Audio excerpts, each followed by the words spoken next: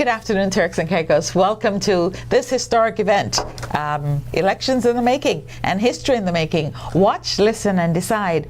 I'm Cheryl Ann Foreman, and I have someone else who's here beside me. Hi, I'm Drexel Seema. Thanks for tuning in. We're looking forward to this live discussion with you. And remember, you can listen on RTC 89.1 FM. You can tune in on Facebook to RTC station, and on YouTube it's RTC 89 FM. And also today we have the addition of Flow Television and Digicel. On Flow, the channel is 111, and on Digicel it's channel 4. So Drexel, today is just more than a day on the calendar. It's a day of choice, of change, of democracy in action. The speeches are over. Yes. The campaign trails have gone quiet. And now the power belongs to the people, to you and me. Isn't that something? Absolutely. So as we go through today, here's where you can get the pulse of the polls, the voices of the voters, and the decisions that will shape our future. The ballots are ready, the polling stations are open, and the nation holds its breath. Today, Turks and Caicos stands at a crossroads where every decision matters and every vote shapes our tomorrow. Will the tide shift, or will the people reaffirm the path we're on? The answer lies in the hands of you, the voters. And RTC is here to help you bring the full story as history unfolds in real time. Drexel, have you voted already? I did. I went to the polls around, I think, 11, a little after 11, and there was no one on the line. And so I was the first, and I left right away. Yeah. It was a very simple process. And I saw an article earlier where they said in Leeward perhaps about 25% of voters had already voted. Yeah, really? Yeah. Oh, because I was thinking that the turnout didn't look great for me where I voted. I voted in the 5 Keys District. What is that? 89? I think? 89, yeah, yes. Yeah, okay. Oh, well, that's good. And you got your finger marked? I did get the finger mark. I don't know if it's still on my hands, but I did get it marked. And what did you think of the ballot itself, the ballot paper? Except for being, I know there's a lot of candidates running, except for being very long, and of course you have to fold it. I think it was very good, and I like how once we finish putting our circle choice of candidates, it was able to put into the machine and then say you're successful. I do like that process. Did you circle, Drexel, or did you shade the oval? I shade the oval. Yes, correct. Thank you. I shade it. You know, we go. Yes. So it was not bad at all, actually. Yeah, and I learned from one of my colleagues earlier that we have 73 polling stations this election cycle. That's quite a bit. It is. I'm not sure how many we had last time, but it's pretty good. I mean, well, we have a lot of large constituencies, like Cheshire Hall and especially on the island of Provo. So they do need, more than one polling station. Right, and with this new electronic system that's been introduced, the supervisor of elections has told us that results should be fairly quick. Once polls close, we should have them in about 15 to 30 minutes. I think that would be very, very, very good, because many times in the past, sometimes they'll wait up so late, the manual process. It could be very lengthy, and so this is one major advantage of having this electronic system of voting. And let's just remind our voters of some of the things that they can expect today, or even our candidates. When it comes to recounting, what's going to be the system? Well, it's going to be a manual process, my understanding, and you have to declare that you want to recount immediately after the votes are tallied. That's my understanding. And then it's a manual process. Yeah, so that could take a while, because especially if it's in a large candidate, you have to recount all of the constituencies. Yeah. But I think the at-large candidates won't really be officially known until tomorrow morning, because the ballots, remember, have to be collected from the islands. So right, officially won't be known, but technically we will know based on the results from each area. Yeah. What did you think of the electronic system this morning? Was it user-friendly? Yeah, I love it. I love it. Yeah, I wish we had done this years ago. Really? Yes. And so our elderly, how do you think they'll do on it? I mean, most of them might have someone assisting them. But more than likely, they will have someone to to assist them. I know, I mean, for some people I know it could be, because, in the past we did an axe, right?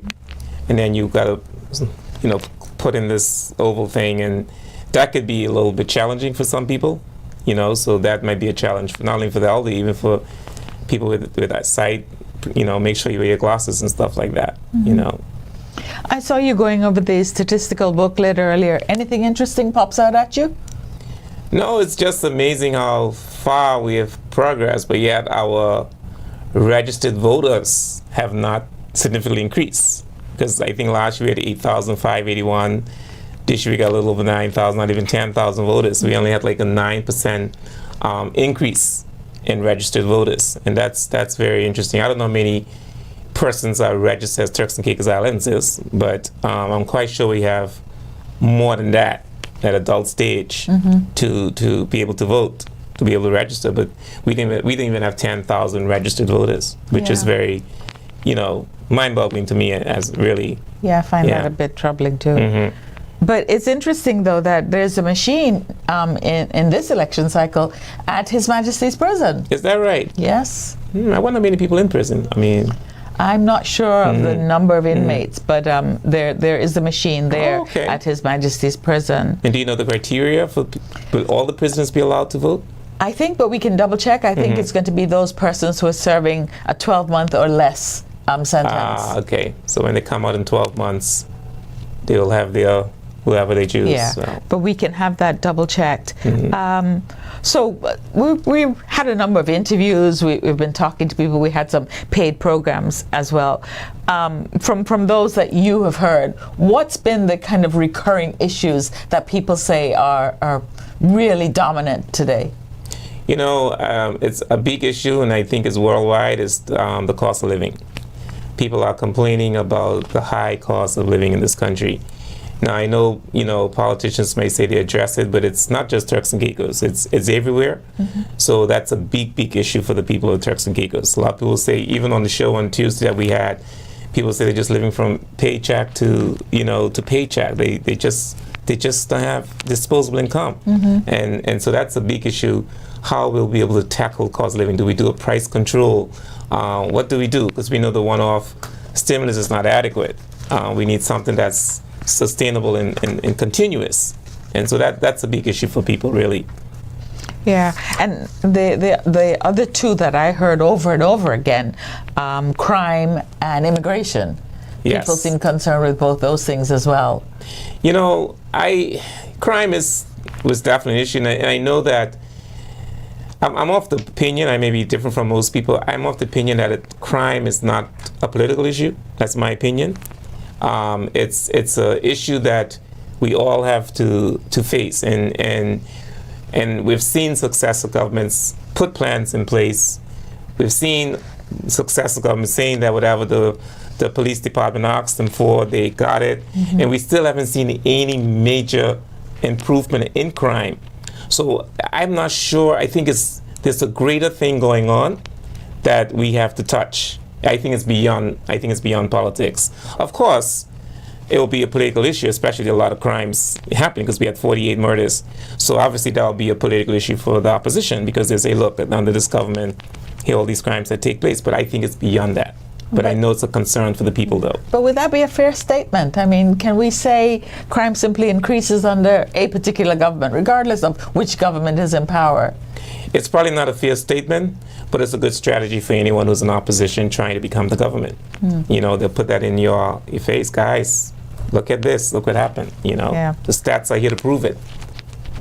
What about the national debate? Any post thoughts? I tell you what. I have to be careful how I say this, right? I will tell you this. The national debate, in my opinion, it reflected to me the characters of who our leaders are. That's all I want to say on that part. It reflected the type of leaders who really deep down what they want. But was it a worthwhile thing? Should we have done a national leaders debate? Absolutely, we should have. We definitely should have had a debate, and that's something that we probably should make it mandatory, actually, and not just the leaders debate of the parties, But I believe constituency level, we should have debates among the persons running the districts, and also, of course, the at-large candidates. Yeah. Let's talk a little bit about that. There's also been a lot of talk about whether or not leaders should indeed be at-large or all-island candidates. What are your thoughts? I'm always of the opinion that if you're the leader of a political party, that you should run at large. Of course, it's not mandatory that they do, but I think it gives you a good sense of what people think about you, feel about you as a leader, especially given that we have 9 persons running on each side, and the leader is not one of them. I think that should be a concern, and so I believe that leaders should run at large. Yeah, but it's not mandatory, obviously. No. And like the leader of the opposition says, he sits in a good spot. It's almost sure. Why would he change? Did he say that?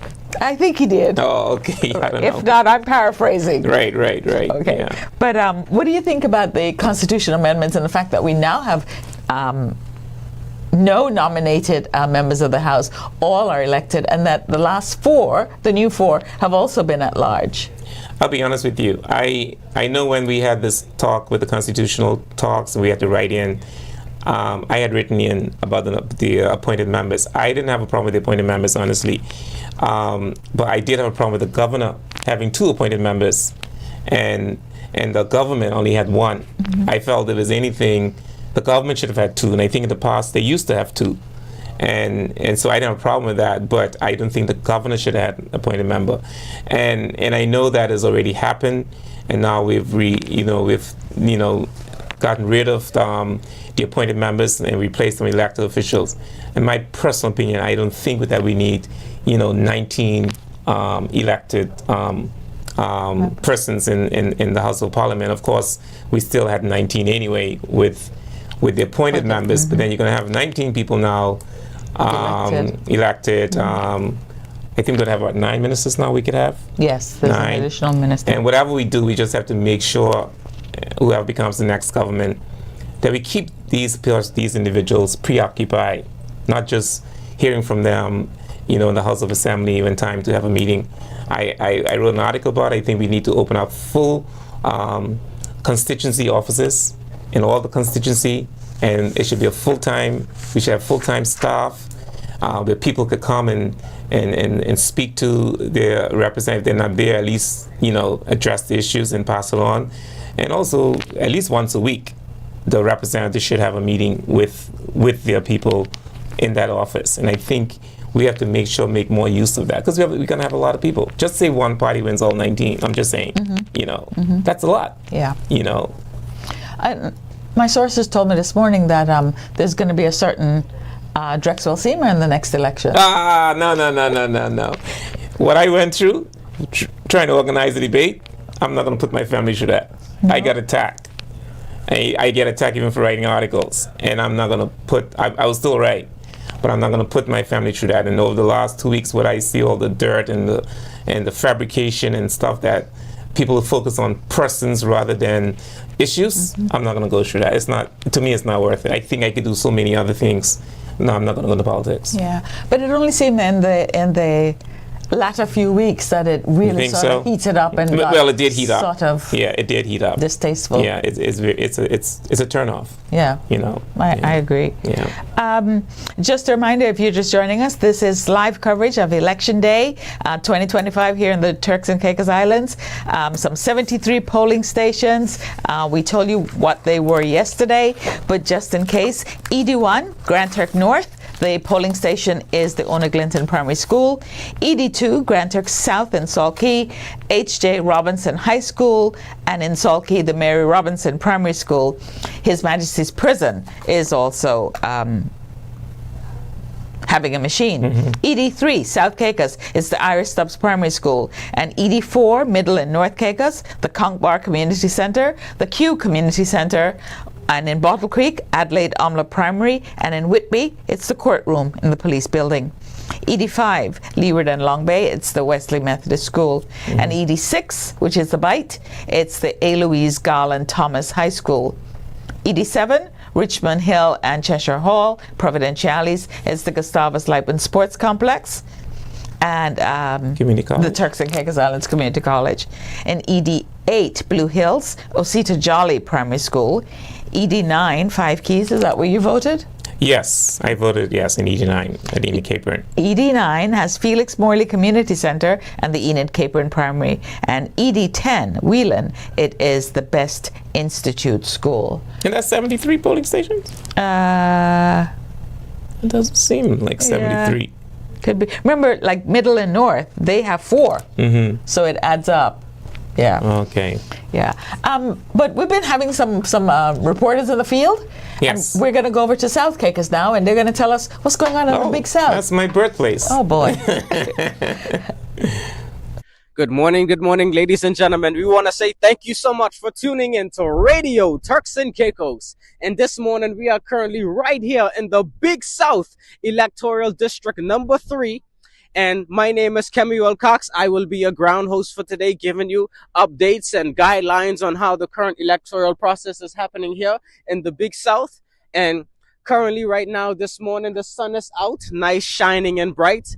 And we've been having a lot of wind. Oh my goodness, the wind came to blow us away today.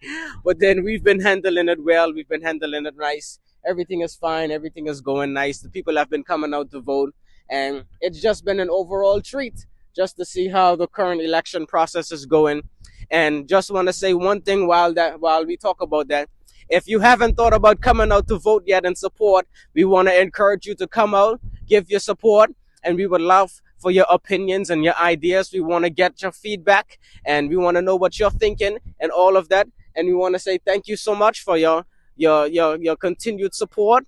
And we want to say, yes, everything has been going well. It's been nice and fine and right on time, right here in the Big South. Thank you so much. We're going to be giving you more future updates soon. Thank you very much, Kemuel. He was telling us all about what's going on in South Caicos. South Caicos. Not so sure it's still the Big South? It's never changed. Really? Yeah, we don't change. So it's still the Big South. What did you think of the party manifestos? Both. You know, I read through them briefly. I haven't really gone into details, but based on my analysis so far, to me there are a lot of similarities in the manifestos. You know. Well, I see the Citizens Contract 2.0, the 2025 manifesto, which is the PNP. They're saying the next 5 years and beyond, they're going to concentrate on sustainable economic growth, infrastructure expansion, energy reform, digital government to 2025 to 2030, public transportation, advancing healthcare, waste management, safety and security, social protection, education and skills development, housing, the youth development agenda, governance and leadership. And in the PDM, they kind of concentrated on the same things like you said. It's a lot of similarities. Yeah. Yeah. But oftentimes, voters and the electorate say that the manifestos are nice, they're pretty, they're glossy, but how many of these promises or commitments are actually fulfilled once people get in office? What are your views? Do you think that parties stick to their manifestos? I think some do, and I also think with the manifesto, Cheryl, I think sometimes the parties wait too late to release the manifestos. For example, these manifestos released about a week or so before the elections. I think it'd be great if we could have these manifestos far in advance so that people can study the manifesto and then we can measure people, because sometimes after the election's over, nobody looks at it, at least the electorate. Maybe the politicians do. And I do think they use it as a guideline. I do think that both political parties, I think because of our systems that we have in government, some of the things to achieve it can be very challenging. Yeah. Yeah. And the PDM has their top priorities: crime and illegal migration, cost of living and economic growth, affordable housing, health care, youth empowerment, education and sports. So you're right, there are a lot of similarities between them. We were having some technical difficulties, but we're going to join our colleagues over in Grand Turk, the Honorable Robert Hall and Glenda Clark. Let's hear what they have to say.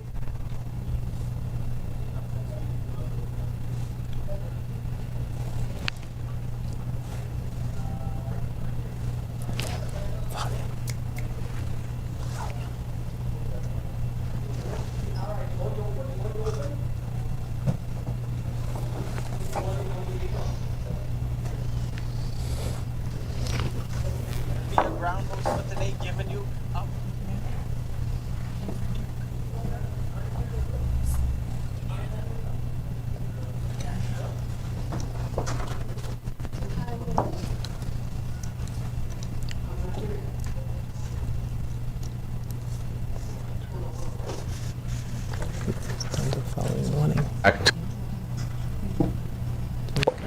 Yes, we've had elections prior to 76.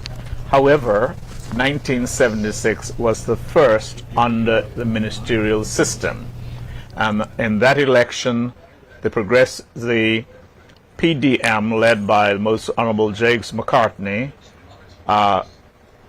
gained 5 seats, the PNP 4, and 2 independents won, and they aligned themselves with the PDM to form the first and so far only coalition government in the Turks and Caicos Islands.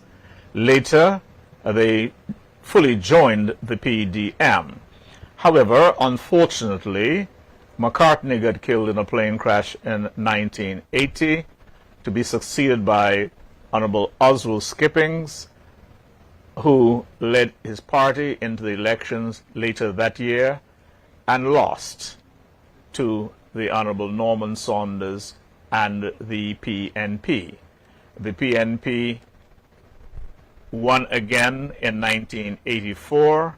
Then after that, as you knew, disaster struck, and there was a suspension of the Constitution. Fast forward to 1988, and then the PDM came roaring back, only to lose again in 91.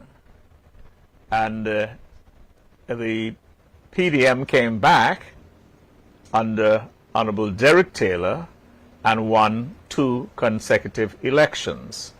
Then he lost to the Honorable Michael Mizik, who won in 2003 after a court case and by-elections. And then they repeated their performance again in 2007. I note those were the only 2, 3 leaders to have had back-to-back victories: Honorable Norman Saunders, Honorable Derek Taylor, Honorable Michael Mizik. Since then, it has been somewhat like one term in, then the next 2 out. Yeah. Of interest, the leader of the PNP, Dr. Ewing, he lost his seat, and so did the leader of the PDM, Honorable Charlene Cartwright Robinson. The question on many persons' lips is whether history will repeat itself. Will the Honorable Charles Washington Mizik suffer a similar fate and lose his seat? One is looking at whether the PNP will be able to have back-to-back victories, stemming that tide of one year in, one year out, somewhat like the Bahamas. But anyway, as Cheryl and Drexler were discussing, some of the similarities with the parties and their manifestos. Ms. Clark, you may want to take the lead on that. I was quite interested in what you were sharing, because I remember going to school here in high school, nor in primary school was this taught, the information on the history of our political system. And I think that's something that should be considered to be placed in the curriculum. But moving right along, I listened to the part that we could hear because of the technical difficulties, the conversation between the Provo group, Mrs. Cheryl and Drexel, and some of the issues that Mr. Hall and I had highlighted was like crime and immigration, and where I can understand where Mr. Drexel Seymour doesn't believe that it is a political issue, and you were saying it's more of a it should not be a partisan issue, but it will always be political. Right. And it will, I agree, always be political. Now, I had cause to look at the stats on the crime, and it is glaring, the rise from even in 2018, we only had 9 murders. 2019, 14. But from 2023, we have 23, 2021, we have 13. 2022, it rose to 33. 2023, 24, and then 2024, 48. So it is concerning, and it has to be addressed. And I can see why any party, doesn't matter which party was in power, I can see why it would be campaigned on. There has to be a reason, and there has to be a way to combat crime. And in both manifestos, I noticed that it is also a cause for concern to the parties. And they have suggested or made suggestions on how they would deal with it. Now, when it came to, I also heard the comment about the Honorable Eddie Ostwood should run at large. I am of the view that if it's not in the law, why? He's in a comfortable position. I have always thought that the PNP party were very strategic in whatever they did. It was admirable. It is admirable. So why now shouldn't the PDM finally use strategy as well? It's a good position to be in. And that's how I see it. And until the law has changed, if I were him, I would continue. Now,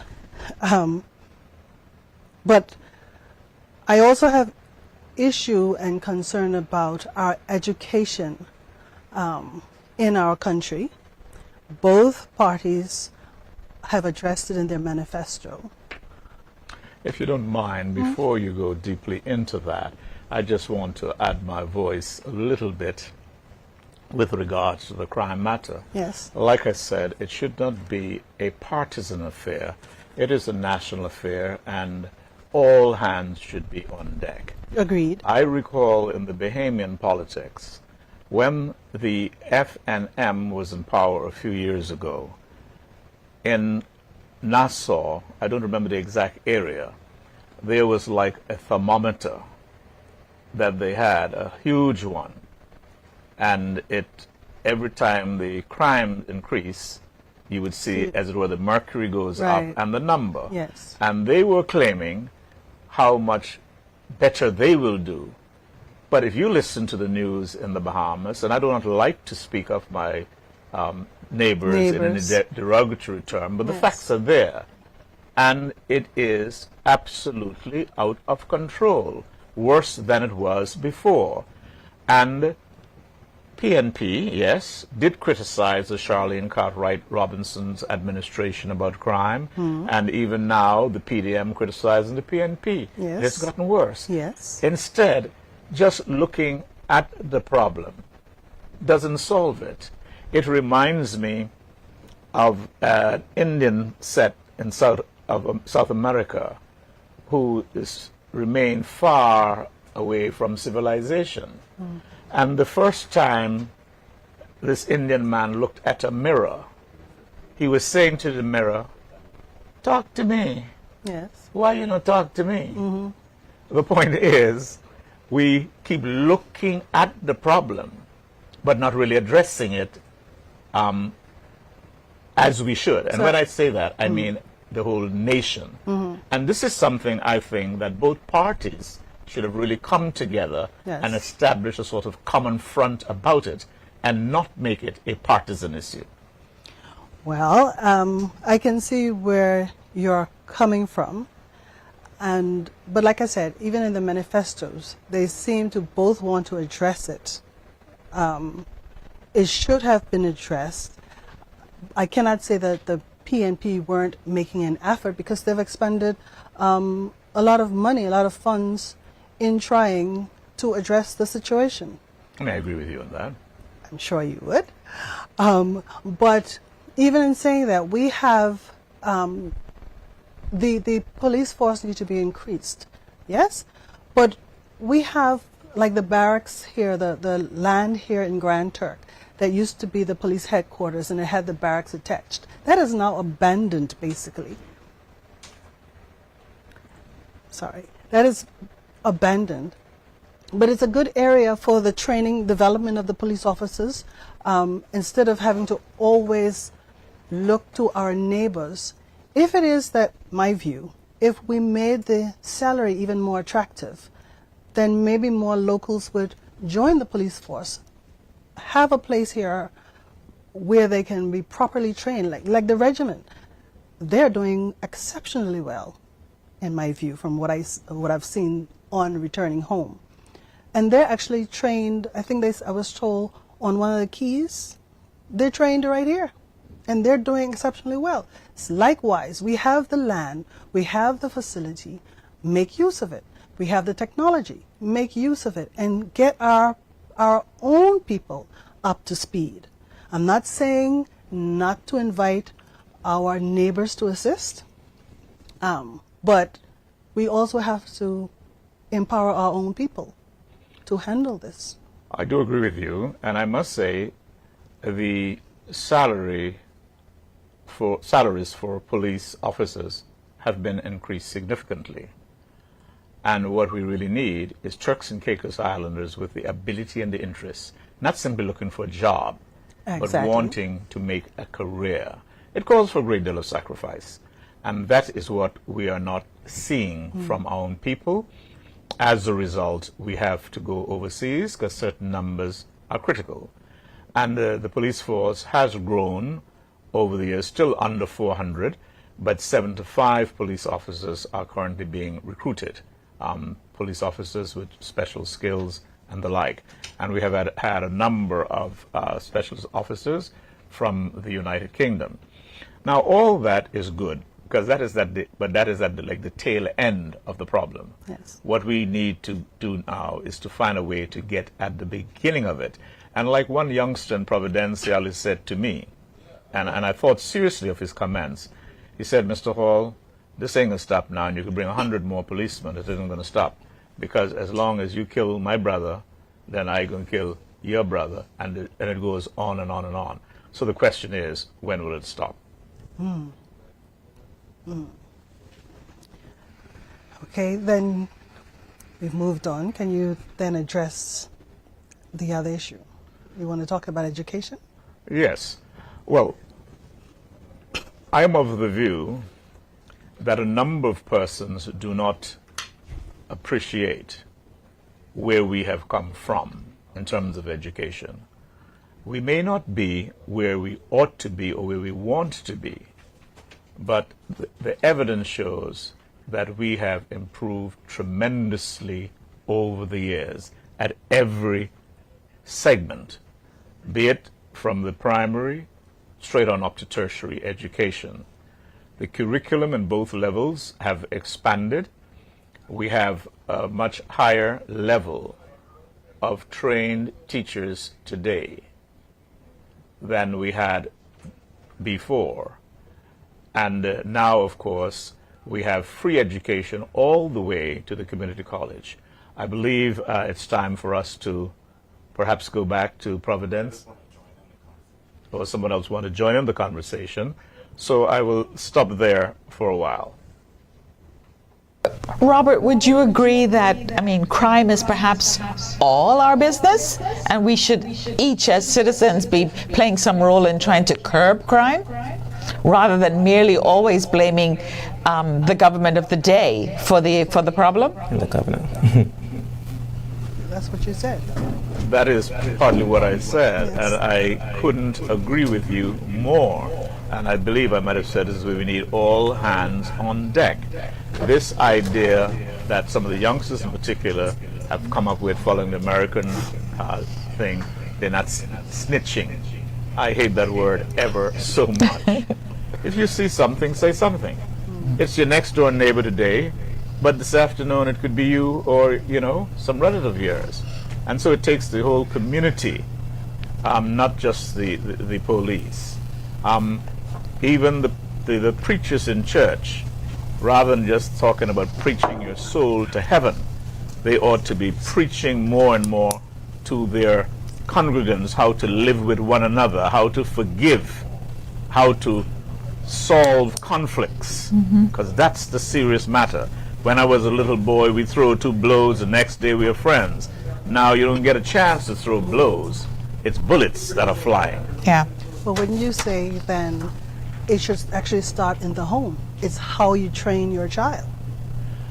I do agree it should start in the home. But Glenda, like I always quote the poet when he says, your children are not your children. Although they come through you, they are not from you. You may give them your love, but not your thoughts, because they have their own thoughts. That's the key point. Yeah. I've seen children come from homes that people will think, oh, that's the ideal family. But yet underneath there, they breed some terrible criminals. Yeah. That is not to say that the family must not lay the foundation. Yes, many have. But trust me, a lot of the crimes are not just being committed by what we will call ghetto youths. Yeah, and I also want to add, Not at all, because even ghetto youth, it depends on the discipline they receive in their home. It depends again on the guidance they receive in the home and what has been taught in the home. well, How you respect hear me? goes a long way. How you train your Can you hear me? child to interact with the outside world is very important. The child first is going to learn how to interact with his neighbor from what he sees in his home. well, My personal view. So yes, the pastors are responsible in how they speak to their congregation, but it first starts in the home. And when the parent doesn't discipline the child or emulate certain aspects on how they are supposed to conduct or carry themselves, it is then taken outside. They'll get their learning from the outside. And it doesn't matter. I do not believe that because I'm of a poorer socioeconomic position in life dictates whether I'm going to be courteous, respectful to my neighbors. may I say something? Hello? Go ahead. Please. Okay. Yes? I believe everything starts from your home, right? And there are some parents that have done their best trying to raise their children. But Yes. these same children, despite being raised well by their parents, somehow they're having some other issues. And they've been influenced by friends, they've been influenced by the TV, and especially if they're suffering from low self-esteem, and if they don't have a job. So there are a lot of other factors other than the parents. Parents do play a major role, but the environment in which they find themselves in with their friends and the social media play a very major role. I mean, there are a lot of people out there who have mental issues, and parents should not be blamed for that unless they're aware that these kids have mental issues and didn't do anything about it. There are a number of factors, and we blame parents all the time. Yes, they have a role to play, but there are many other factors in the environment that are creating criminals.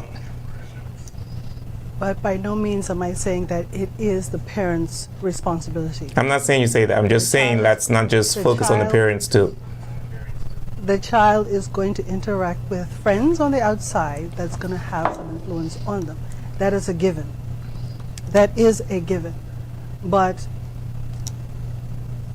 for in the political situation, the politician, along with the governor, they can only bring in more police officers, trained, but that can't be the only way to solve this issue. So That's why I say it should not be a political issue.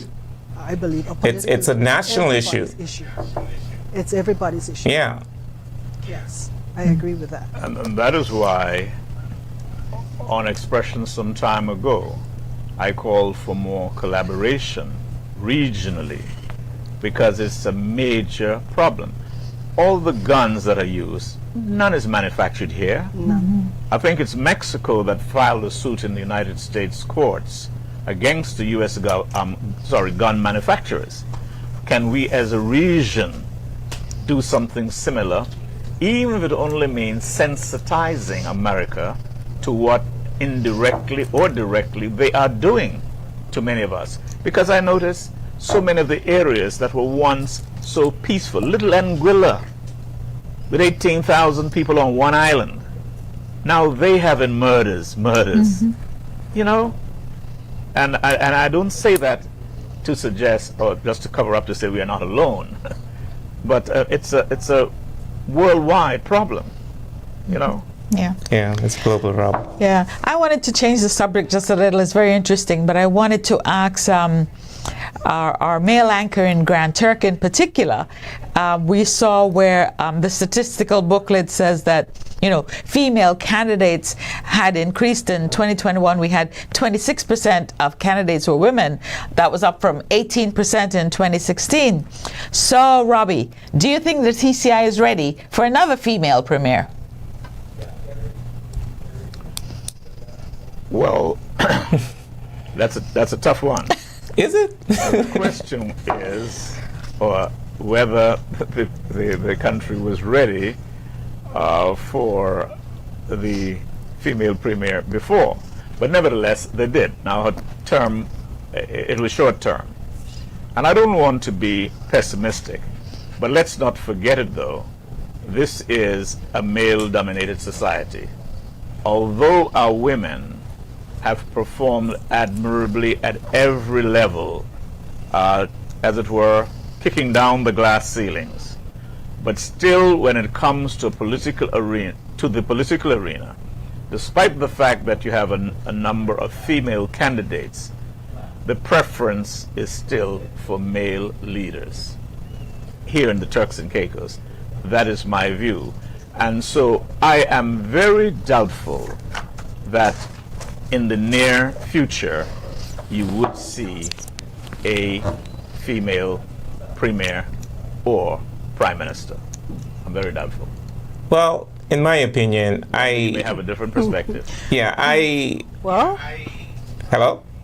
Go ahead. I don't think it matters whether you are a female or a male. When I'm voting, I don't look at the gender of an individual.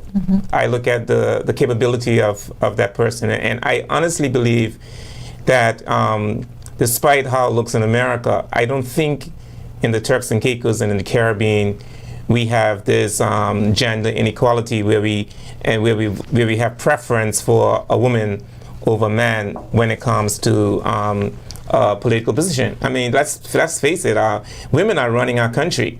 Whether we want to admit it or not, they're running our country in government. They are in the key positions. They're running our country in key positions in the private sector. So to me, it doesn't matter if you are a female or male. It depends on you as an individual. I would want to counter that in a way. Go ahead. If you look around the Caribbean, let's start in the Bahamas. The Bahamas has never had a female prime minister. Jamaica has had one in Portia Simpson, and that was short-lived. She couldn't repeat. Barbados, for the first time, has Mia Motley. She's doing very well. A exceptionally great well. voice locally and internationally. Trinidad has had Kamala Persad, but she lost. She's trying to make a comeback, but I'm doubtful where I sit that she would succeed. And it goes on. So although in those countries that have become Republican in the Commonwealth, Caribbean, I notice they have female presidents, which are appointed positions. But very few, as I say again, have had female prime ministers. Eugenia Charles was one of the most outstanding ones of them all, going way back many, many years ago, all right? But you can hardly point to me any other that have done well in that regard. And so that's where, again, I say politics is generally male-dominated for whatever reason. But I, like you, there are a number of women that I do admire in the political arena, and some have done great jobs and are capable of leading. And let me say this much.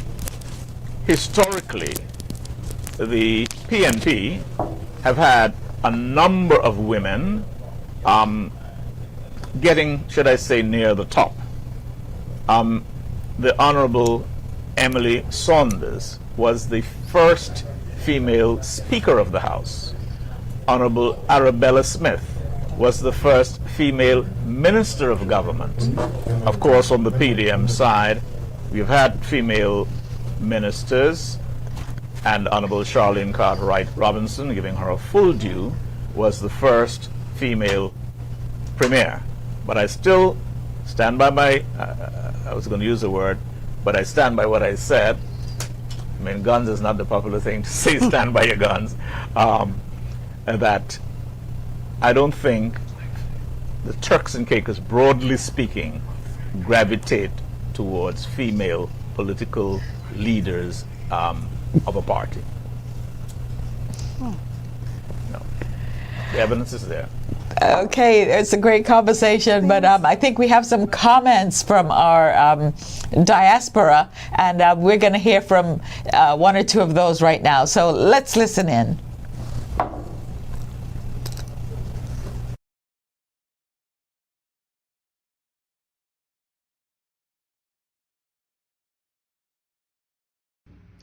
I want to say thank you for the opportunity to talk a little bit to my beloved family and friends, fellow citizens, fellow belongers. I know Cousin Hamilton doesn't like that term. About the prospects of the elections in Turks and Caicos. Those of you who know me know that I don't comment on how one may win an election or what strategies are there to exploit to win elections. I am more concerned about governance and policies and what policies there are to strengthen the country. This election cycle, from what I have been observing, seems to have a slate of the finest candidates assembled for an election. And I wish my friends, my family in Turks and Caicos, the government and the opposition, all Godspeed in directing them wisely and prudently at what I believe is a time of crisis in the world, and where Turks and Caicos are at a crossroads. Now you may say, how are we at a crossroads? We are doing well. We have a surplus. Unlike other countries in the region, we have low debt to GDP, and we have liquid national insurance fund compared to the other countries in the region, with the exception of Cayman, where their national insurance funds are generally IOUs at this point. They've used up all the liquidity. But we are in a world caught in a crosshairs. Turks and Caicos is small. And in economics we say, when you have a country that is so small that the expenses of running a country, that is to say power, water, land costs, all these sorts of things, they're so high that the income of the people of the country cannot match the cost of the running cost of the country. So we say that we lack economies of scale in terms of people, productivity, and the ability to offset the cost of living. Turks and Caicos found a brilliant solution for that in going high end. And that has served Turks and Caicos very well. It is perhaps the singularly most insightful and definitely innovative and brilliant decision that was ever made you see countries all over the Caribbean copying Turks and Caicos' model. I was in Curacao and I went down to BVI, and I was in Anguilla and a number of other places and so on. And not just in Turks and Caicos, but parts of Dominican Republic and parts of the Bahamas as well, Bermuda. Everyone's copying this high-end model. The key thing is Turks and Caicos has that as its primary model, and they have that as an addition to the models which they have. The problem for Turks and Caicos is the very thing that makes Turks and Caicos special, the high-end model, great beaches, exclusive villa resorts or condo hotel residential units, is the thing that creates the problem for Turks and Caicos. So this is a case where our blessing is in some ways our curse, and I will explain that forthwith.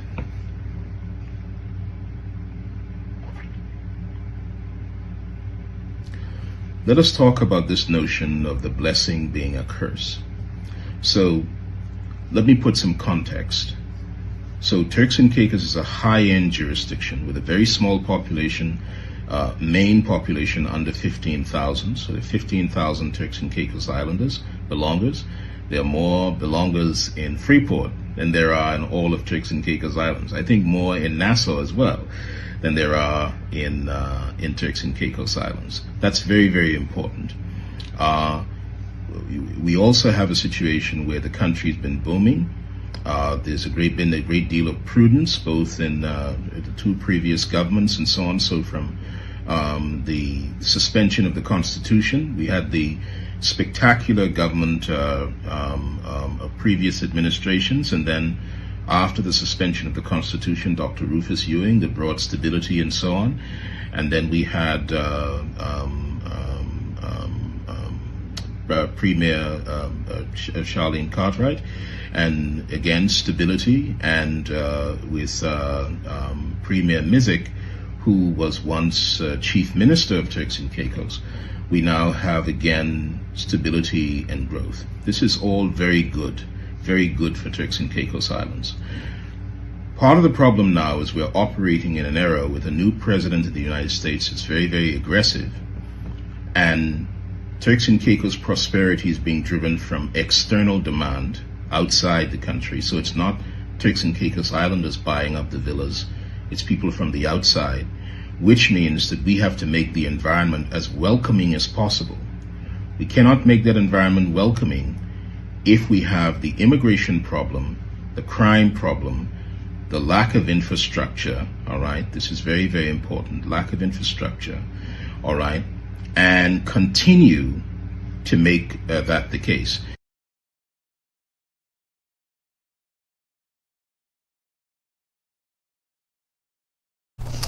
Welcome back to our Election Day coverage. We're here in Providenciales. You just heard from Gilbert Morris in the Bahamas talking to us about our unique product that we have here in the Turks and Caicos Islands. As we told you, our coverage is going to be nationwide. So we're going to take a moment to join our colleagues, Vonico and Kirkley in Grand Turk. Good afternoon, Turks and Caicos, coming to you from ED2, where the altitude rises as voters prepare themselves to cast their ballot in what promises to be a pivotal election. We have been on the ground since early hours, engaging with voters that this will be an easy decision for them. Supporters are passionately backing their candidates with some key highlights such as job opportunities, economic growth, and better infrastructure. Many have expressed their belief that this election will be a potential history-making election, as the House of Assembly changes to House of Parliament, meaning that all candidates must be elected and not chosen by the party nor the governor. However, some have expressed concerns about the size of the oval, noting that it may be too small. Despite this, voters remain eager to make their voices heard in this election. The polls have officially opened from 7 this morning, and we have been seeing residents arriving to shade in their oval and choose the leaders that will guide the Turks and Caicos Islands for the next 5 years. This is the defining moment for our nation, as voters take the opportunity to shape the future of the Turks and Caicos Islands. The excitement and anticipation is obvious as everyone looks forward to the results that will determine the direction of the Turks and Caicos Islands. Stay tuned as we bring you live updates and reports throughout the day. That was Waniko in Grand Turk telling us about what's going on there, and we were talking about that earlier too, Drexel. The size of the oval, it really Yeah. and we had 4 eyes on it because we were wearing glasses. But thank you so much. Just an update: we've been told by our colleagues at the elections office that as of 12:56 p.m. there were 3,971 votes cast, or 42% of registered voters. And remember, earlier this morning we told you there are a total of 9,385 voters registered to vote today. So 42% has already voted. We seem to be rather anxious about this. That is getting good. it out of the way. I'm very hopeful because I was getting very concerned when I went to 5 Keys and I was the only person in line. Yeah. But I mean, in 2021 though, Cheryl, we had 8,581 registered voters and 6,460 people voted. So the turnout, the percent was 75.28%. That wasn't bad. No, so if people continue on this trend by noon, we said what, 42%? 42%. If it continues, then hopefully we could beat it or exceed the last general election rate. What do you think is acting as a catalyst for this rapid voting? Anything in particular? I just think people are excited. I think, both parties had the rallies last night and it pumped them up. People just get excited, yeah. And just to remind you that the RTC TV app is up, and we've learned that there's someone watching it internationally. You can go to the Google Play Store and Apple Store and download the RTC app. There are a number of radio stations now, and RTC TV is also on it. So tune in, go get the app and watch us. Also, we're on RTC 89.1 FM, we're on RTC 89 YouTube, and we're on Facebook RTC Station. Additionally, our telecoms partners are on Flow on channel 111 and Digicel on channel 4. Okay. We're going back to a video from the Diaspora.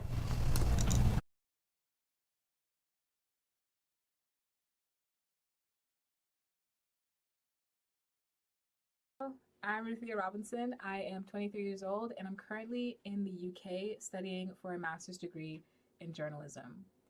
With the upcoming elections, I hope that everyone takes their role and civic duty seriously.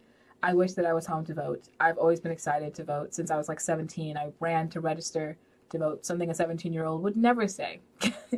But it's because I took that responsibility as a citizen of the Turks and Caicos Islands seriously. It is a privilege that not many people in the world have, and it is one that we should consider as a great, great opportunity to enact change within our society as Turks and Caicos Islanders, and to also hold the leaders of our country accountable. Specifically, I wanted to address a few of the things that I would like to see change in the upcoming years. I hope to be home within the next 5 years, but if I am not, I do hope that these changes come to fruition. Firstly, I would like for our government to recognize the importance of the voices of young people within our society. I think that there should be young representation in Parliament.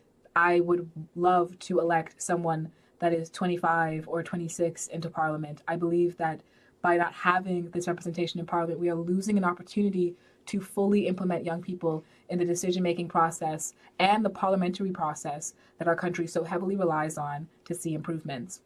I would also like to mention that this is a detrimental time for our country. Gun violence has wreaked havoc, and that is no understatement. I believe that while I would want to see a safe Turks and Caicos Islands, we need to put a hard foot forward to ensure the safety of our citizens.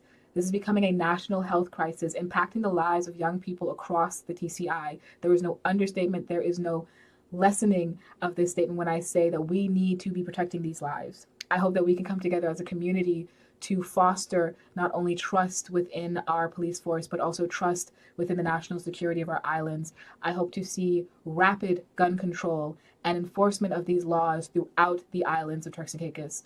I hope one day that I can confidently send my little siblings out to a party or an evening night out on the town without the fear of them being harmed.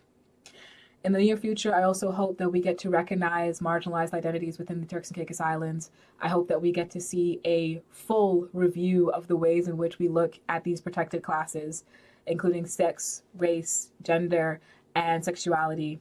I fully believe that we can see progress in the near future if we took the time to look at our citizens individually and collectively.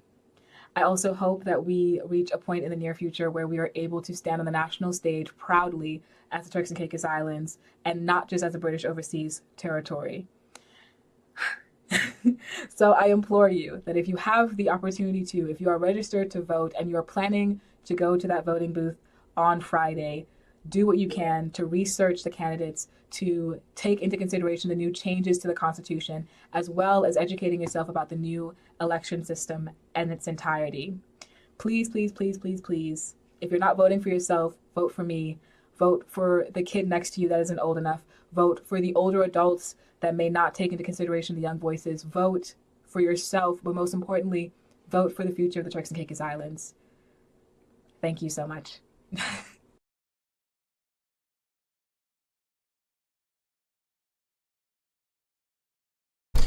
Well, as Cheryl, as you mentioned, we already had 3,975 persons have voted, which represented 42% of the registered voters of 9,385 registered voters. And I think that is one of the advantages of having this electronic system.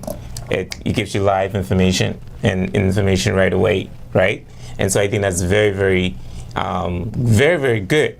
At 12 o'clock, 42% of the registered voters have already voted, and I think that's commendable because as I said earlier, I was getting a little bit concerned, but 42%, that's pretty good. Yeah. And we still have until what, 7 p.m. when the and polls later, close? depending on when polls opened. Oh, okay, really? Yeah, because if the poll opened at 7:15, according to the supervisor of elections, it must close at 7:15 p.m. Oh, 12 hours? Yes. Oh, I didn't know that. So, yeah. And then again, if people are still in the line, the police officer stationed at that polling station goes to the back of the line so no one else can join. But if you're in line, you're allowed to vote. I see. Yeah. Are you aware of any polling stations that did not open at 7 this morning? There were a few. There were, really? Yeah, there was even one in Grand Turk. Maybe our colleagues in Grand Turk can tell us. We heard that there was one that opened perhaps after 8. Robert Glender, can you talk to us about that? And also about the feedback on the stats. Yeah, and your view on the percentage of votes so far. Yes, I do understand that in ED1, the polling station opened late. I'm not sure of the exact time, but they did open late. Cheryl, I'm not sure if you made a slip, because I believe all of the polling stations were supposed to be open at 7 and close at 6. So if they open at 7:15, they should close at 6:15 instead of 7:15. You get me? Oh. Yeah, but polls open at 7 a.m. and they're expected to close at 7 p.m. Since please. Polls were expected to open at 7 a.m. for this election cycle and close at 7 p.m. But according to the supervisor of elections, the poll closes at the hour in the evening when it opened. So, again, if a poll opened at 7:15 a.m., it's expected to close at 7:15 p.m. Okay, thanks much. Stand corrected. Sometimes I guess looking at old ordinances, things vary. But since I'm not a member of staff of Radio Turks and Caicos, perhaps I can at this stage compliment them, Team RTC, for the wonderful job in terms of coverage. Yes. I mean, listen, it's like Turks and Caicos is stepping forward. People all around the world, throughout the islands, can see us. And I'm not talking about just seeing my face or Glenda's face, as beautiful as she is, and I can pass in a rush, but I am talking about hearing about Turks and Caicos. And to the extent this time round, out in the field, we're getting reporters all around. And I must commend Supervisor Election Dudley Lewis, because I know he struggled to get these voting machines up, and they did a good training job. And because of that, we can get stats this early. Now, in my view, with 42% counted this far, and I am of the view that people tend to vote in waves, early in the morning, late in the evenings. Yes. And so if at 12 you've had 42%, in my view, that's a pretty good sign, and it maybe signals a pretty good voter turnout. Some people say, like last election, it wasn't that high.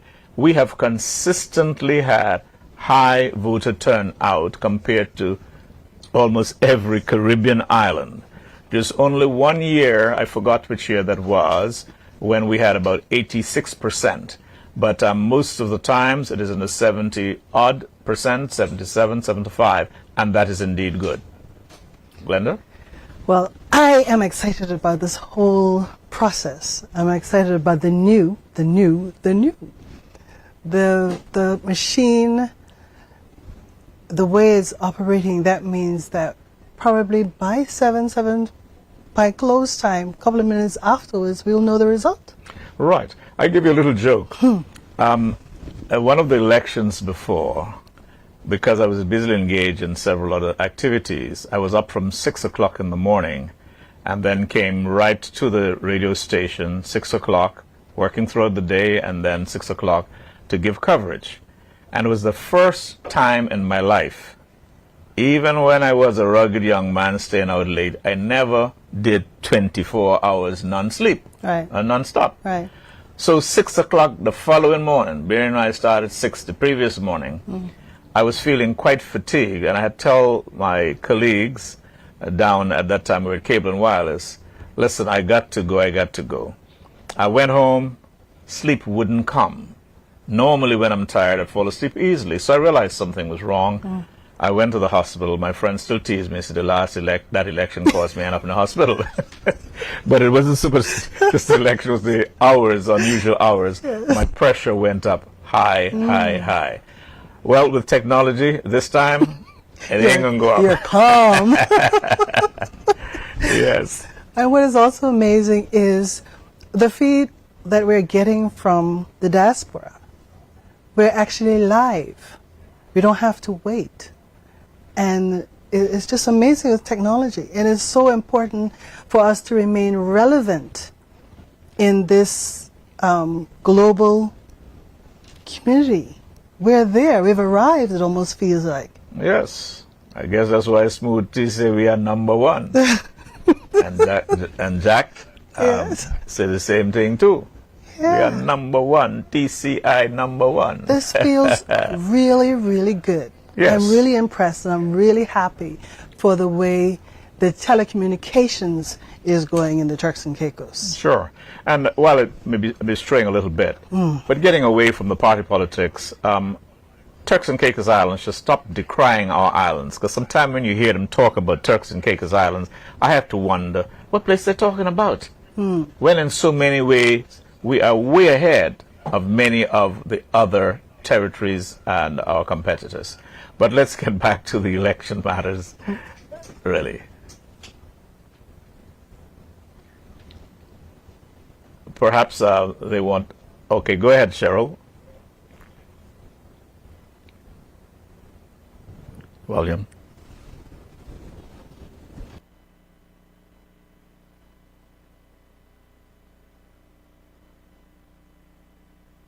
Because they're only registering now, they think they're eligible to vote today. But the list that came out last Saturday is for 2026 and beyond. So you had to have registered before November 30th, 2023. To be eligible to vote today. So maybe, Robert, you can give us some more clarity on that, because people are thinking that they're being disenfranchised or neglected in some way because they're only registering now and they think they can still vote today.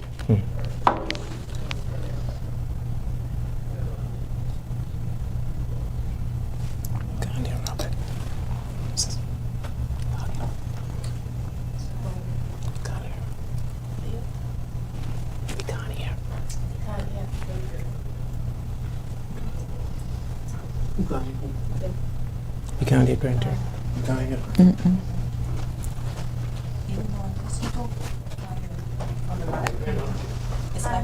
Was just published Okay. includes those who duly qualified to vote as well as the new registrants.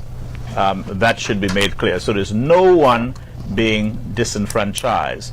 What it certainly means, that person who turned 18, say a month or two ago, if a by-election should be held and there's a new, using the new register of votes, then they can vote, or otherwise, 5 years' time or 4 years' time, when there's a general election, then they can vote. So it must be clearly understood there is absolutely no disenfranchisement. It's just a matter of the updated list being published with the new additional voters. I hope that adds a little bit of clarity rather than murking the water even more. Yeah, I think the issue was when it came out, you know, and the elections was today, and it came out a week ago, so people thought this was the But of updated course, list. you've elaborated on it, because I didn't know that if there was a by-election, that those who have been now registered can actually vote. Yes, Is that what you're saying? that is what I am saying, as long as then they're using the new list. Right. Right, they would be. All right, well, thank you for your... Now, Go ahead. Yes, Mr. Honorable Hall? I didn't mean. No, I just want to make a clarification. While it is doubtful that that will occur, I didn't mean if there was a by-election as a result of this general election, you know, like we had back in 2003. This is a different kettle of fish. Because if there was a by-election this time round, we'd have to use the existing list. I'm talking about if it would have happened months or years down the line. Okay, good. Okay. All right, well, thank you for your feedback. We're now going to go into hear from North Caicos. Mr. Trico Williams, he will give us an update what's happening there in the field on North Caicos.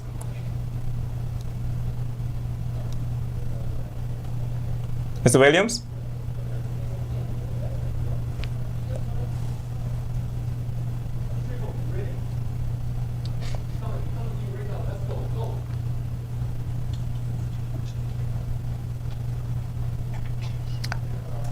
We're just waiting on Trico Williams to join us to give us an update from North Caicos. He's coming in a second.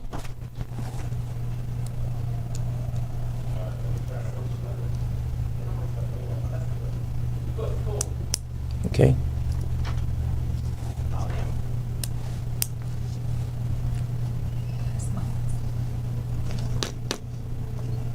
New community center, Okay. and so far we have seen a great turnout.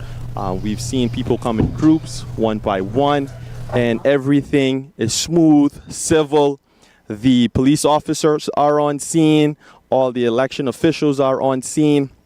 We even had a chance to look at the other two polling stations in North, and so far we've seen that Whitby Community Center has actually been the most busiest. So was there for an hour, and we saw a line with about 20 to 25 voters just stayed consistently. We were able to talk to some voters off camera, and everyone seems to be ecstatic with the new process. They're going in and out.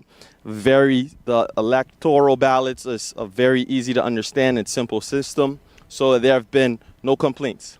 Right back to you guys in Provo. Thank you, Trico. That was amazing. We're happy to hear that North Caicos is running smoothly. And like our colleagues in Grand Turk said earlier, we're looking for some early results as well. We shouldn't have a long night. From the looks of things, it should be pretty quick. Yeah. So thank you so much for that. At least not officially, but Yes. at least we'll have an indication, you know. Let's talk a little bit about, I mean, we had mentioned it earlier, I think, off camera, about the whole recount process and how many recounts are being allowed. We understand that it's only one, and that one recount will be done manually. Do you think that there should be more? I don't know. I think it all depends on the outcome. If it's like one, if it's a difference of one, then maybe they could do a recount. I don't think you should have continuous recount unless the margin is very, very, very, very too close to call. Yeah, but that's the interesting point. The ordinance doesn't give any, and it doesn't quantify. So it has no number No criteria. or no percentages. So if you were to win me by 1, I could ask for a recount. In the same manner, if you had won by 300, I could still ask for a recount, even though it seems, unnecessary. It doesn't say that it has to be a certain number of votes to ask for a recount. That's interesting. Yeah. Honorable Hall, what's your view on that?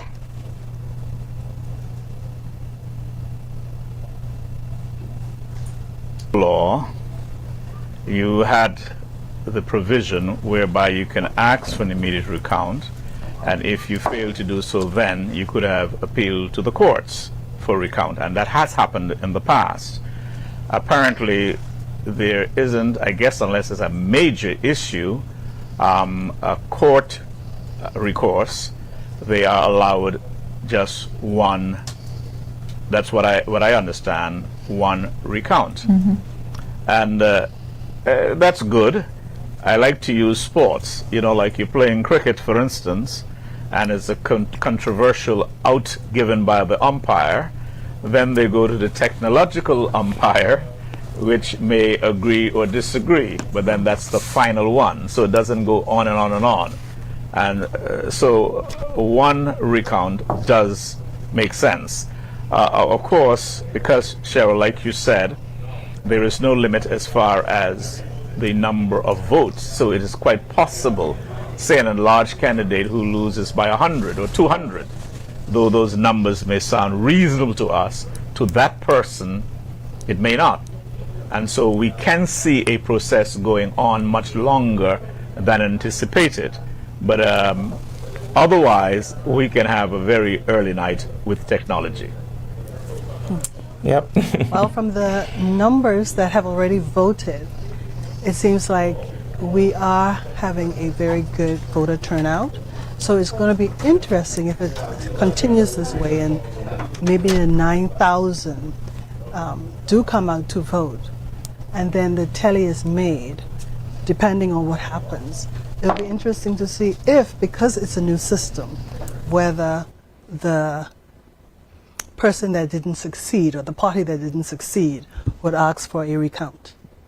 It would be interesting if we have to go into that. And then it's manual counting. Yes. That would be interesting. Back to you, Cheryl.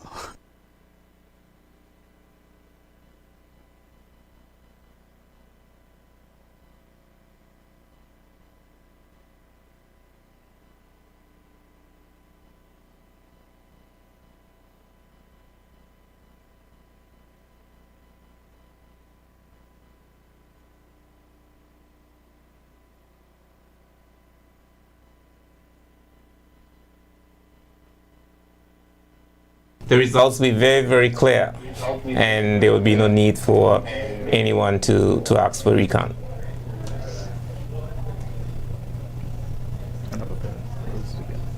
But like you say, it doesn't matter what the margin is. They can still ask, but hopefully we'll be mature enough to accept the results, especially if it's a clear indication of the winner. Yeah. Yeah. We were talking about the manifestos earlier, Robert. Have you had a chance to look at them both? And what are some of the things that really stood out to you and to Glenda? Do you want to go first? Nope, I follow you. Okay. Well, I have looked at both, though not in depth.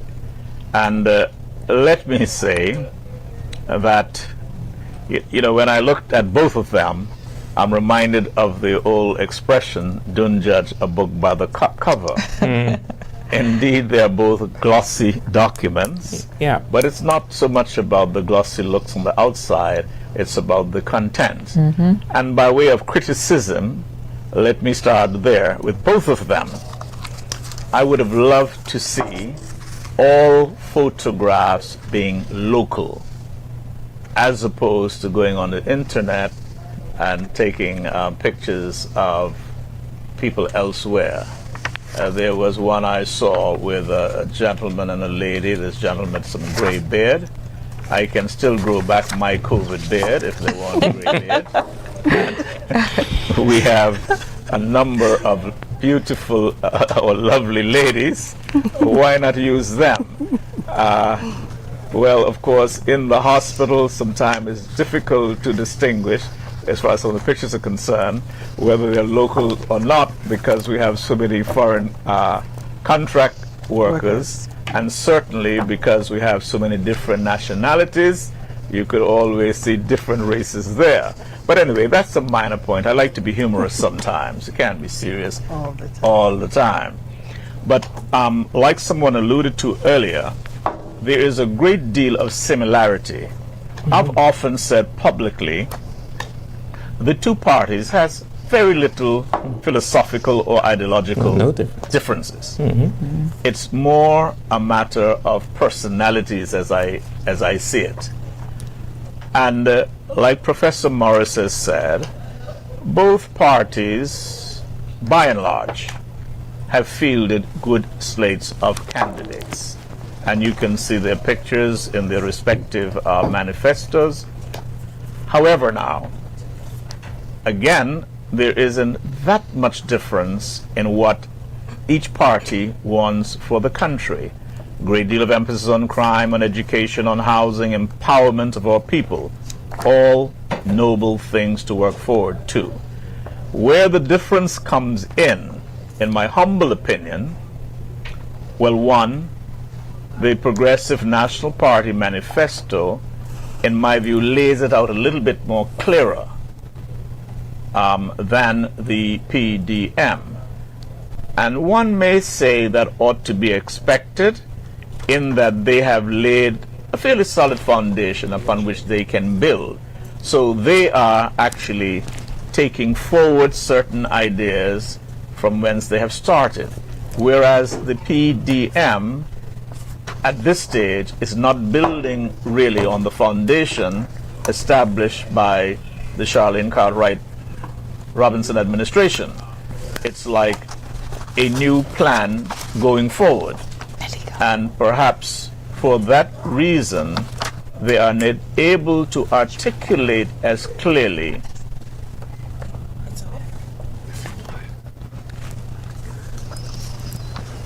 Recovery. It's gone. What's happening?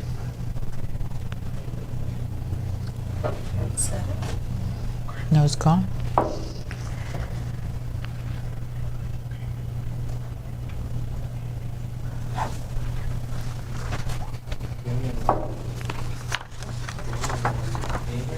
No.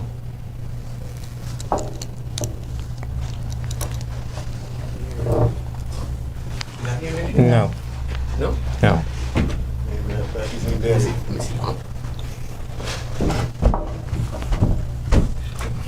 People saying no sound on Facebook as well. I'm gonna sound, maybe. She's the one.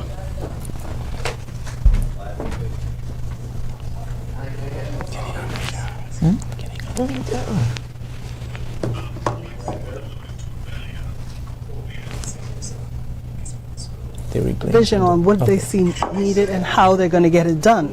But not until they get in office, should they succeed, will they be able to then assess the situation to move forward in executing what they have put forward to the people. But I'm going to note something that is of concern to me with the manifestos, and that is with education. Even with this the telecommunication experience that we are now as Turks and Caicos Islanders experiencing, and the world, whoever decides to look in, we have to realize that telecommunication, really technology, is moving and moving quickly. And for Turks and Caicos to remain relevant, we have to educate our people. So education for me in both manifestos are very, very important. We tend to be behind, even though I accept you said that you have seen the changes and we've come a long way. But like AI. AI is very important. It's going to be taking over. We have to get ahead of it and not be behind it. We have to have our children, even from the primary school, is my view, working or learning about AI. Not wait until they reach into high school in the third year when they can now choose options. AI will leave us behind. So for me, the education, getting a grip on that now and laying a foundation is important. Both of them speak of it. I pray that it is implemented, but at an early stage. That is my view on the manifestos. I can speak about housing, but I'll wait to see what is said. Back to you, Cheryl. Both. We're looking at both right now on their sections of education. And again, like Drexel said earlier, they seem to be like thought. There's very little difference between them. They talk about the expansion of vocational, technical, and entrepreneurship training, and they both seem to address that expansion is necessary. They talk about in the PDM manifesto, Your Future, Our Priority, they talk about a targeted scholarship program and fostering creativity and innovation. They also speak about curriculum reconfigurations. And Drexel, in the Citizens Contract 2.0, what are they saying about education? They're basically saying the same thing, promoting entrepreneurship, expand the technical vocational training, invest in digital, science, technology, engineering, STEAM, lifelong opportunities in a trade school. Now, I agree with Glenda on the curriculum. I'm not sure whether this will be in the manifesto or not, but I believe in any education industry or department, I believe every year they have a curricular expert, and I believe every year they should be reviewing the curriculum, making sure that it lines up to what's happening in the real world, whether it's in the manifesto or not. That should be a requirement, I believe, or an objective of the curriculum specialists in the education department, whether it's not in the manifesto as well, because we need to be up to date with what's going on. We don't want to be left behind.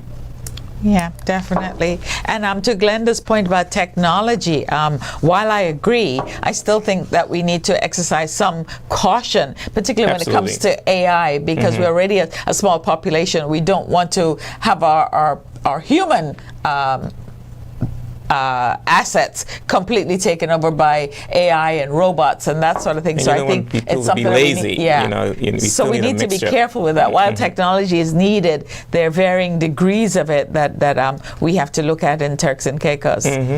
But we're coming to the end of this segment. We're going to take a short break coming up, because this afternoon we have the youth coming on to talk about what's important to them. I have a youth panel.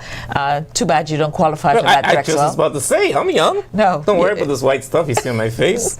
You don't qualify for that panel. But we're going to talk to the youth. But just before we go, I wanted to ask the former Speaker of the House, who's here with us on our anchor panel, his view on independent candidates. Recently, we've seen a number of independent candidates, and they really haven't broken through into politics in Turks and Caicos. So my question to you, Honorable Hall, is why do you think that these independent candidates have not had a breakthrough? Is it simply because we're a dominant two-party country, or is it some other reason? And Drexel, I can get your views too. Go ahead, Honorable Hall. Well, as far as I see it, and again, I like to go back to history. We had two independents winning in 76, and since that, Honorable Norman Saunders, has been the only independent to win, and that was in 95. And just to go back a bit, the two independents in 76 were Honorable Danny Williams in North Caicos and Honorable Liam McGuire in South Caicos, who ended up joining up with the PDM. Yes. Okay?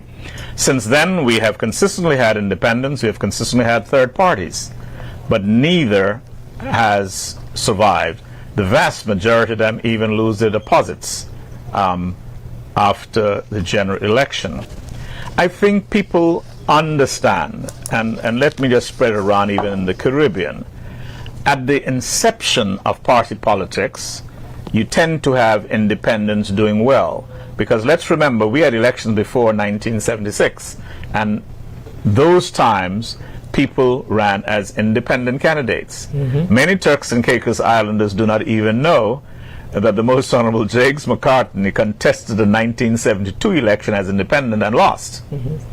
But of course he didn't give up and came back in 1976. But anyway, Cayman Islands, when they introduced party system, because they were the last holdout as far as everybody running as independents. And certainly several independents did win. But as the years progressed, that number dwindled. The same things happen elsewhere in the Caribbean, because the two-party system now takes root, and people realize it's a team thing. It's a team thing. Because if an independent wins, just for instance, the question in your mind, which party would he align himself with? Can he or she be effective if she doesn't align himself with a party? If a third-party individual were to win, the same question applies. So people tend to shut them out of their minds. I'm not saying what I expect to happen this election. I wouldn't go there because people are still voting. But I'm just answering what has been the pattern so far. Your thoughts? Well, you know, I think somehow we have been programmed with this two-party system. And I must say I give hats off to individuals that have decided to run independent of the party system. I really admire those individuals who made a bold move, knowing the stats are probably against them. But I encourage people to continue to try, and maybe if more people run independently, maybe we will see a different outcome. A lot of times it's just, you know, one or two people. I know one election we had about 7 or 8 independent candidates running at large. But people are programmed with the PNP or the PDM. But over time, I believe it will change. I mean, I see in Bermuda, who's going to be having elections pretty soon, they have 100 persons running in their upcoming election, which is quite a number of independent candidates. Now, what the results will be, I do not know. And of course, tonight, we do not know.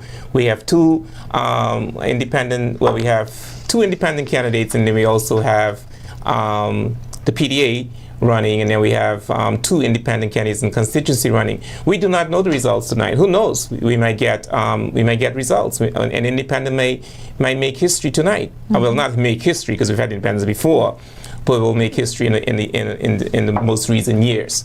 So we do not know. I mean, we never know. People are changing. Young people are changing. People are moving away from their party system. But of course, most people are programmed to the two-party system, and that's why it's not being too successful. Yeah. Glenda, you have any thoughts on the independent candidates? I am interested to see what will happen. I take Honorable Hall's lead. I am learning. I heard about the Maguire situation, which I found interesting. And the only thing that is in my mind is not about who are running now, but the only thing that's in my mind is there's a wealth of information that I am now learning. And I would just wish that like persons like Mr. Hall and those who were there from the beginning, that it would be taught in our schools. So no, it's not about the independent, but I just gave my thoughts as I listened to him speak on the matter. Let me say, at the risk of sound like I'm promoting myself, I am now engaged in a program in which case I will take quite a bit of this to all of the schools throughout the Turks and Caicos. But I still wanted to go back a little bit to this whole independent thing. And it may be a bit of trivia. I wonder how many persons realize there was an independent candidate who ran in Salt Cay and got 0 votes. Really? It means even the 2 persons who nominated him didn't vote for him. That's one for the record. And Rex, I am not sure about the number of independent candidates running in Bermuda, but Bermuda has a very strong party system likewise. Now, in the United States, whether they call it independence or whatever, it's a big difference. Like you would have noticed, a number of persons would have run for presidency, including Professor Cornel West, who he knew he never had a ghost of a chance. But over there, some of them run just to fatten their resumes, that I am a former presidential candidate.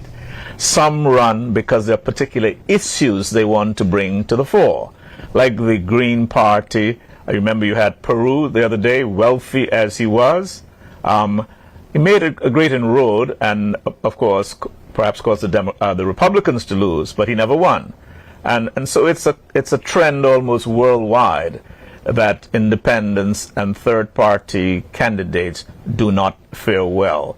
There's one more point I want to make, because there are some people who counten this idea of a mixture. And I've heard some talk, oh, you should have a coalition government. I've always dismissed that as nonsense. Italy used to have elections almost every 6 months because of coalition falling out. And Israel, the same thing. Down in New Zealand, for a while, almost the same thing. And so the best bet is always to have straight and comfortable majority to form your government. Because after all, a political party is supposed to be an organization or political entity with people of similar ideological and philosophical views as to how a government should be run. So when you have 2, 3, 4 different parties, they have different feelings, and that is why they will fall out. Israel, I think, must have to go back into elections again shortly, and that goes on almost everywhere where there are these coalitions.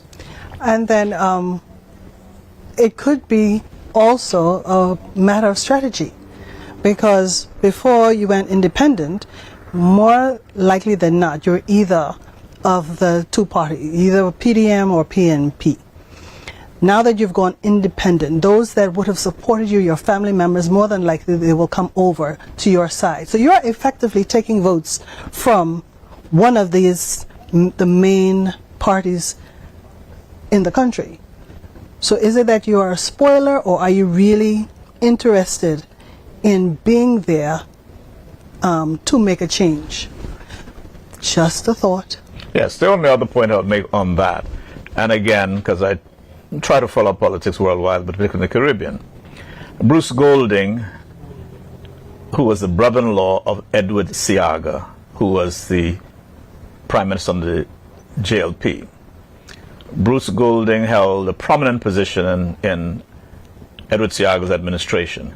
Eventually, they had a falling out. He went and formed his own party. I believe it was NDA, called NDA. But for 2 consecutive elections, he floundered in the political wilderness.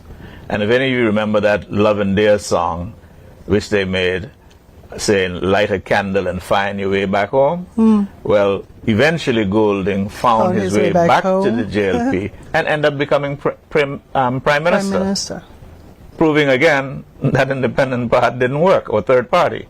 In the Bahamas, I forget, this bright young man, he was part of the FNM.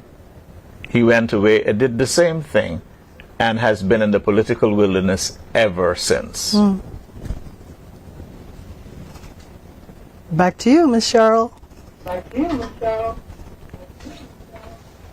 And like Drexel said, we seem to just be a two-party sort of society, but nevertheless, independents bring a different perspective. Some have a perspective that's a mixture of both political parties, but just that they've presenting it differently, and so they've gone independent. But regardless of what the strategy is, we want to wish them all well today, and anytime they so choose to exercise that right.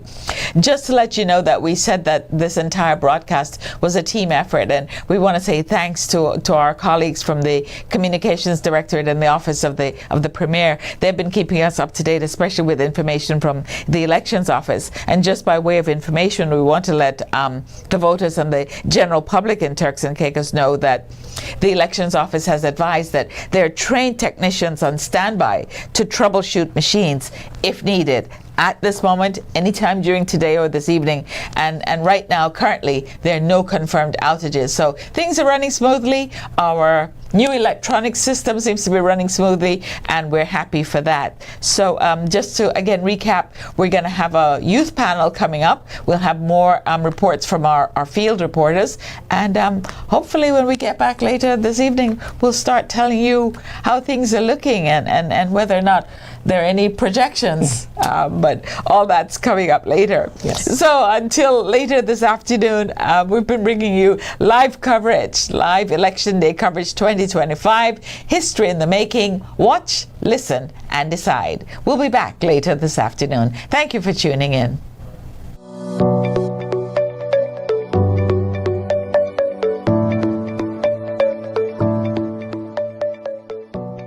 Hello, residents of the Turks and Caicos Islands. We are changing the way you vote. We're thrilled to guide you through the new electronic voting machine, the DS200 scanner and tabulator. Your vote is important, and this technology is here to enhance your voting experience, making it easier and more secure. Let's dive in. Upon arriving at the polling station, find your designated voting area, which will be in alphabetical order. Don't forget to bring a government-issued photo ID or identity verification. Acceptable forms of ID include the TCI status card, TCI driver's license, TCI National Health Insurance Plan card, National Insurance Board ID, or your TCI passport. This step is crucial for ensuring a smooth and secure voting process. If you do not have any one of these, you may not be permitted to vote. It is also important to note that cellular phones are not allowed inside of the polling station. Once you've entered the polling station, please have your ID in hand at the check-in table. Present your photo ID to the election official. The poll clerk will confirm your identity with the electronic poll book to ensure you are registered at the polling station and is eligible to vote. Once the poll clerk is satisfied that your ID corresponds with your registration detail in the electronic poll book, the presiding officer will issue a ballot paper. You will then take the ballot paper and be given guidance or instructions on how to vote. Now, it's time to cast your vote. Step into the private voting booth and fill out your ballot. The presiding officer will tell you that you can select up to 9 at-large candidates and 1 candidate in your electoral district by shading the oval-shaped circle next to their names.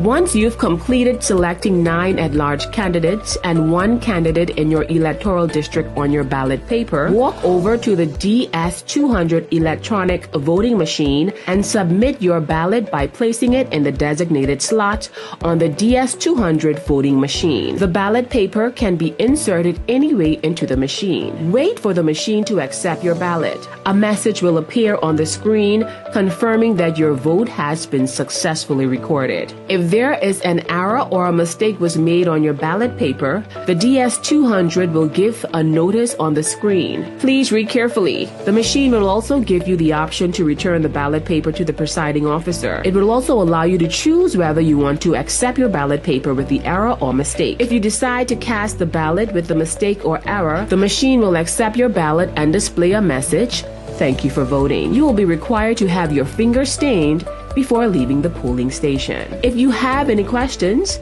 don't hesitate to ask the presiding officer. They are there to help. We are changing the way you vote. Happy voting! Thank you for participating in our democratic process.